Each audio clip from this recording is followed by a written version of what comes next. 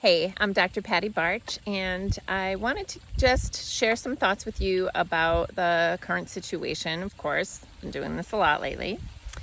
And so we know this week was kind of a hard week.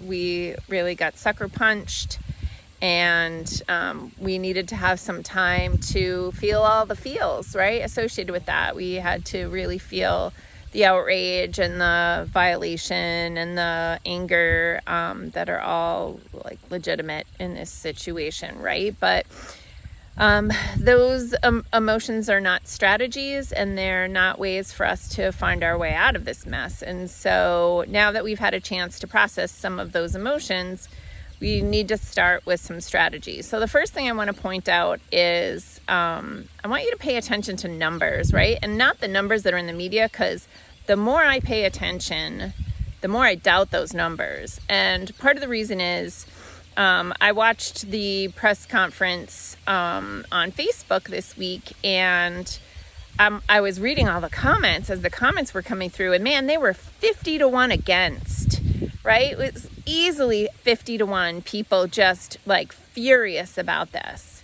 And then in my experience also in attending rallies, I've been at 3 rallies already, and 2 were outside of the local hospital that is mandating this for their employees with really virtually no wiggle room for them.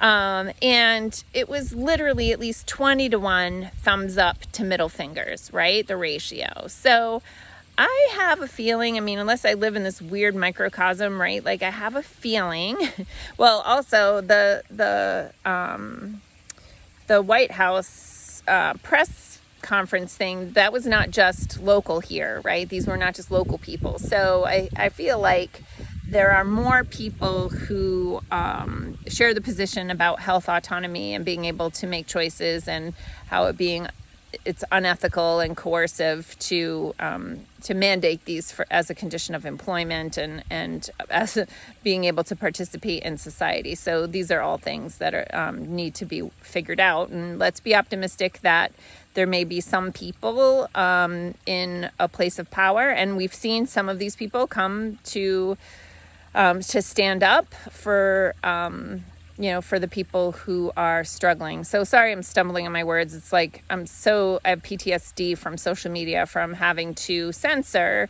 what I say, or it's not allowed. And so that in and of itself is a massive red flag, right? So let's just set that aside for now.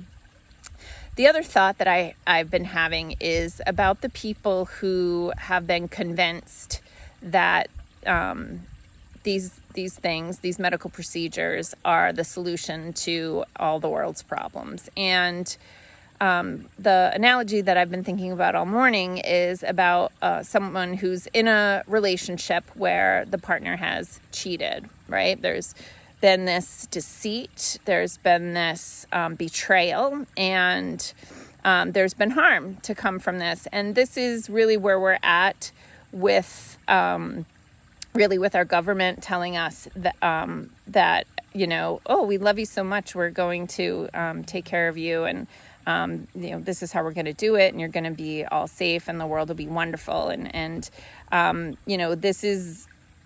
this is really deceitful, and there's a betrayal here. And like some of the crazy words that were popping into my head this morning was like hoodwinked or bamboozled, right? Like nobody wants to feel like they have been manipulated or fooled. And the firmer someone stands in their position, the harder it is for them to say, damn it, I was wrong. They got the best of me. I believed them. And, just like in those types of relationships and situations, there are people on the outside who are always aware, like, that person is stepping out and there's a problem here.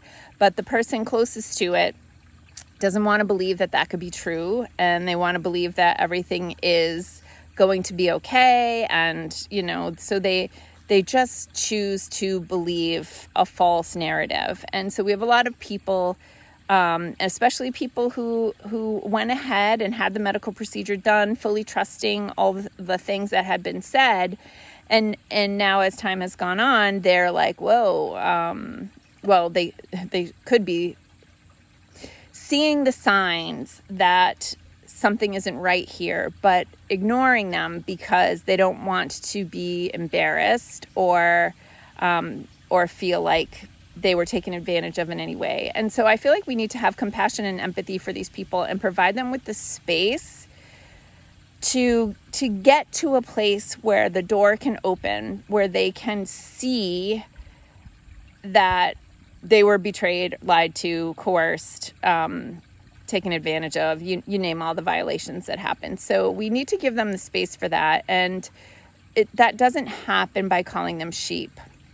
And that doesn't happen by trying to just throw data at them.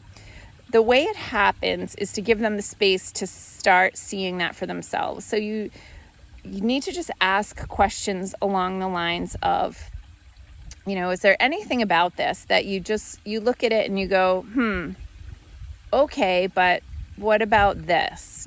Or anything that you might have a question of. So it could be as simple as, is there any part of you who is actually curious about what types of side effects people are experiencing? And, if someone says, yeah, it's kind of weird, you never hear about that, then you can be a resource for them. And you can say, hey, I have these resources. Like, let's do an internet search for Senator Ron Johnson's press conference where he brought in 6 victims with all these neurological problems. This was months ago, before we even knew anything about the cardiac issues in young people and all the many things that really, they're there if you just look and see them. Kind of like the text messages on the phone for the person who's cheating, right? Like, they're there, but we're just not seeing them. So I feel like you have to give people the space to step into that and to just be curious enough to want to look a little deeper.